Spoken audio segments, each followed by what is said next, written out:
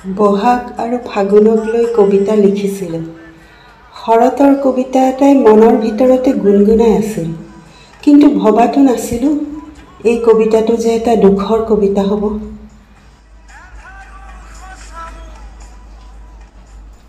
শৰৎ মোৰ প্ৰিয় ঋতু, আহিনৰ নিয়ৰ সনা পোৱাত শেৱালিৰ সুবাসে আনে শৰতৰ বতৰা।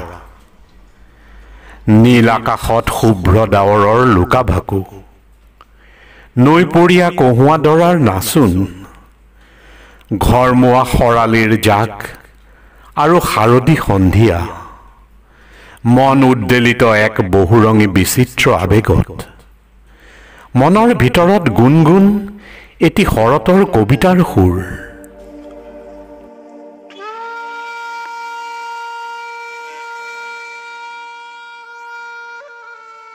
ভবাটো নাছিলোঁ মোৰ প্ৰিয় ঋতু শৰতৰ কবিতা হ'ব বেদনাসিক্ত, তোমাক হেৰুৱাৰ বেদনাৰে।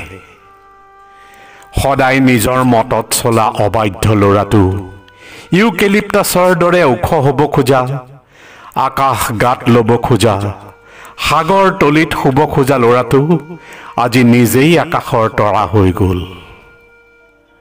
জানো ভাল পাওঁ তোমাক, তোমাৰ গানক, কিন্তু এনেকৈ ভাল পাওঁনে বুকুত সামৰিব নোৱাৰা হাহাকাৰ?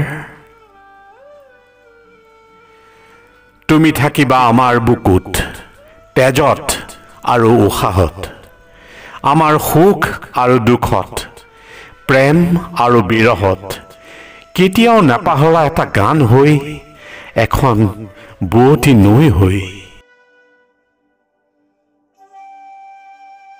এতিয়া প্ৰতি শৰতে কঢ়িয়াই আনিব তোমাৰ বিষাদ মধুৰ স্মৃতি, মনৰ নিজানত তৰাৰ মাজত বিচাৰিম তোমাক, বিচাৰিম মায়াবিনী ৰাতিৰ বুকুত, মেঘালী নিশাৰ জোনাকত, ফুলি থকা ফুলত, শৰতৰ শুকুলা ডাৱৰত, নিয়ৰ সিক্ত বননিত আৰু শেৱালিৰ সুবাসত, গলাগৈ কেতিয়াও উভতি নোহাৰ বাটেৰে।